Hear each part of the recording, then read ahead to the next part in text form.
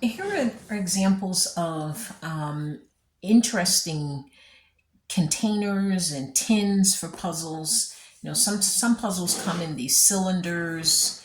I think this particular cylinder was done very, very well.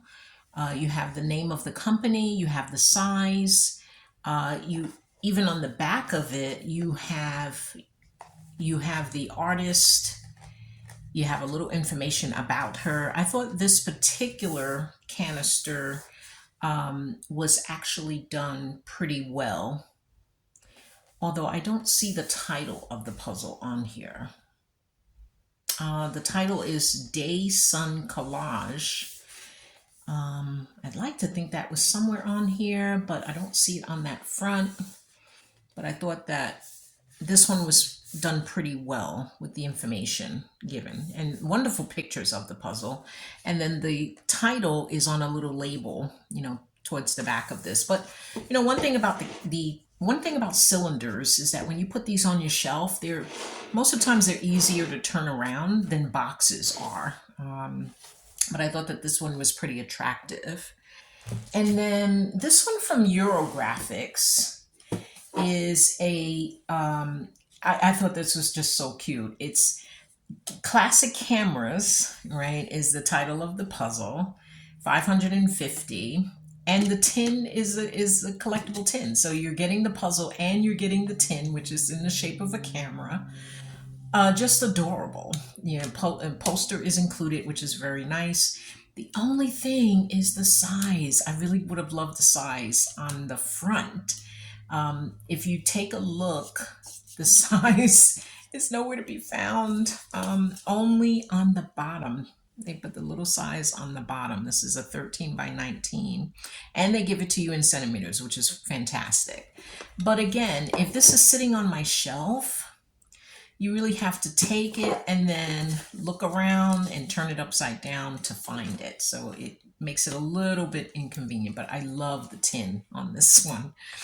And then this one it's a two-sided puzzle in a three-sided box. I really love that.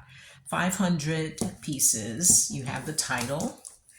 And then the size is again on the back of these.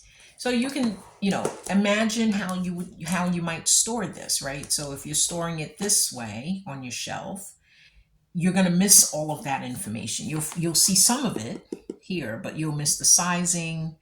The company is here, the title is here, the number of pieces is just the sizing is what you're going to miss. I actually stored this standing up on the very top of my shelves. I put the kind of unusual size puzzles on the top. And so, I have to kind of remember that the size is on the bottom of that puzzle. You have some boxes that I call designer boxes. Like they're really beautiful. I still have them in their cellophane. I usually don't remove them from the cellophane. And I just think these boxes are just the cutest. But again, if you were looking on the spine, you really just don't get anything on the spine. Right, because this is a designer box, what I call a designer box, and a lot of it is really the box itself is really quite wonderful. So I think it's really a 2-in-1 gift. Really, these make great gifts, by the way. I've given them, and you get the puzzle, but you also get this lovely box. But again, in terms of printing information, you have to print it on the back because a lot of times you don't want to interfere with the design of the box. And so these are lovely pieces. This is an inset that comes out. So, and I have a couple of these Jonathan Adler puzzles. He's one of my favorite designers. This is a cigar box puzzle, but it's just lovely. It's gold foil, and you have the beautiful artwork puzzle. And the spine, I think on this one is really pretty good, right? So this is a 750 shaped puzzle foil. And then you have more information given in the back. So, there's a little bit of leeway when I'm working with puzzles like this, where, it's really about the design of the box. The box is really a special piece as well. And so, and again, you pay a little bit more. These are a little more pricey, but they're so worth it. They are so, I have about 4 or 5 of these, and they're just lovely. And then there are, let me just kind of move these out of the way. Then there's this one by Blank, 300. I have a couple of these. And again, what attracted me obviously is I'm a big fan of design, architecture, graphic design, graphic arts. And I really love these puzzles, but you get the sizing on the front. And if you look on the spine, you're getting pictures. You do have an alternating spine here. So it's the brand and then 300. And then the other sides are design. So there's not a lot of information on the side of the box. There's more information on the back, like the hotel where this picture is coming from, which is nice. You have Buffalo Games, which is the parent company for Blank. You have the address in Buffalo, New York. You have that. And then you have your sizing on the front. So if you're cataloging this, you do have to look around a little bit. But again, the box is just so beautiful. The design on the box is so beautiful. And I really like on this one the size. I like the physical dimensions of the box itself. And I grabbed a couple of these. But in terms of the spine, I think there are some missed opportunities, especially in this area. Even if you just wanted to put the picture on either side, that's fine. But at least, put some additional information, right? So I just think that there's some missed opportunities there. Cloudberries, I have a lot of Cloudberry boxes. These are very, very sturdy. The puzzles themselves are lovely. And again, if you take a look at the spine, I'll see where I labeled this one. I don't think I labeled. Oh yeah, I labeled it on the front because of the way that it's on my shelf. But if you take a look, you have the size, the name, and the fact that it's a poster puzzle. Okay, so that's the same. That's the same. Not much information there, right? And then you have the name of the company. You have your barcode, UK, and you have an address. And we don't really have... do I have a size on this one? I don't think I have a size. Yeah, that's the other thing about these Cloudberry ones. You don't have a size on them. I had to actually look it up at the vendor that I purchased it from. So I was able to really catalog those in. But yeah, I don't have it on the box anywhere here for that one. So some missed opportunities there. I've shown this one before from Anatolian. Okay, so you have the size, you have the 500, you have the brand, you have the picture with the artist name, which is great. But if you're looking on the spine, they do a pretty good job here. The size on the puzzle, you have the title, you have the item number, which is really nice, picture of the puzzle, and you have the number of pieces and the brand. That's great. And the size is tucked away in the tag, in this little tag here. Now this says 33 by 48. So I know that that's not inches. 48 inches would be about 4 feet. And I know that a 500 piece puzzle is going to be less than that. So this is really in centimeters, right? It would be nice to put centimeters there. The box is a textured box. This is actually a very sturdy box. So, but a few missed opportunities there. And then take a look at this one. If you look at this spine, 1,000 pieces. You have the name of the puzzle, the picture, and the brand. So we're missing the size on this one. Okay, so we kind of have the same information. right? Really the same information. It's just different, given in different colors, which I think is kind of neat. Really is very attractive for the box. And then as you turn over, this is a Galison one, so you get a lot of history about the particular image. The Quilts of G's been, I do quilting. I have quilted for a long time, and so these particular puzzles are very of great historical significance, and so I recently just started collecting some of these, and this particular one is very important. And so, but some missed opportunity. I would have loved to have the size on the spine on that one. This is a Galison puzzle. This is what's called an Advent puzzle. And really, it's like a calendar puzzle. So this one is, 12 days of Christmas, and it's really an activity. But take a look at the spine. Okay, so, and I did my little label on the spine, but there you have it. Nothing on this information there on that spine. On this is you're going to slide it out, right? So you're going to slide this out, and then you get a puzzle. So it's really kind of interactive, if you will. And you have to, here's your poster and everything, but nothing on the spine on this one, and even inside, nothing on the spine. But it's more, it's kind of forgiving. Although I don't know what the size, other than just looking at this top. So I'm told that there are 12 puzzles, 80 pieces, and then they're 5 by 7. And here's the title, here's the artist on that. Okay. And then the back, you have some really good stuff on the back as well.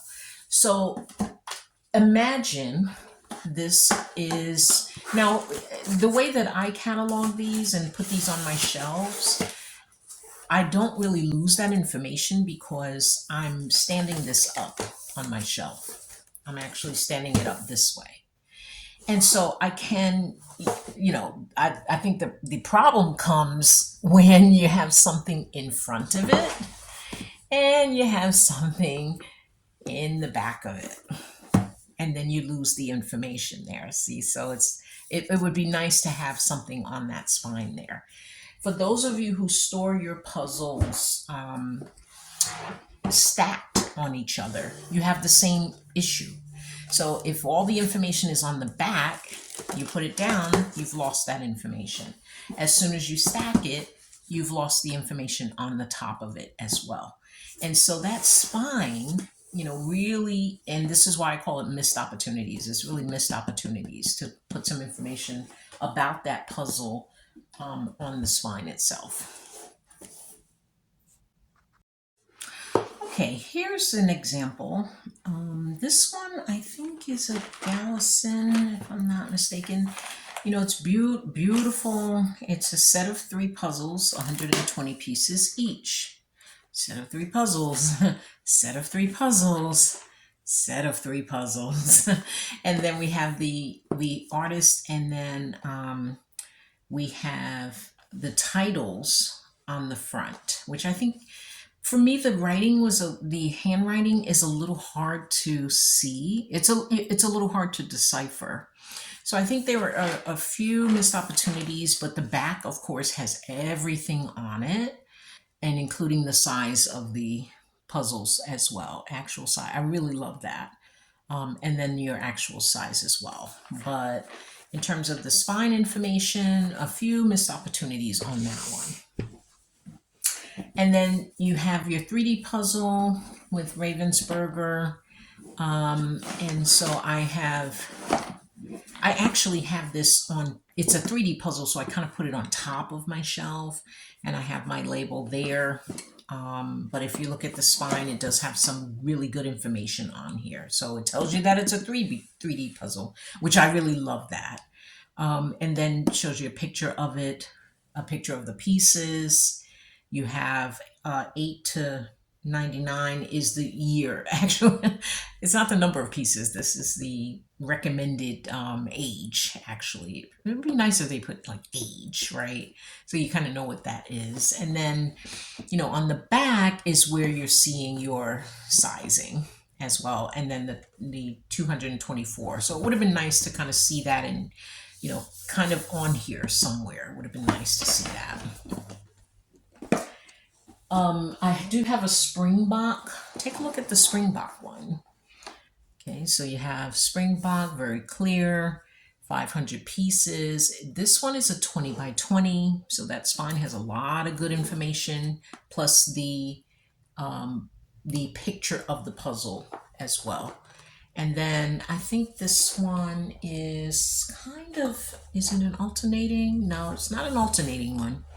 You have slightly different labels on each side, on each spine. So let's look at this. So you have your warning, and then on this side you do have, under the Springbok, you do have the title. You have the title of the puzzle, so that's very helpful. So I think that this box has, really good spread of information on it. I like that it's in different languages. I love that. I think that's so cool. And that's the Springbok one.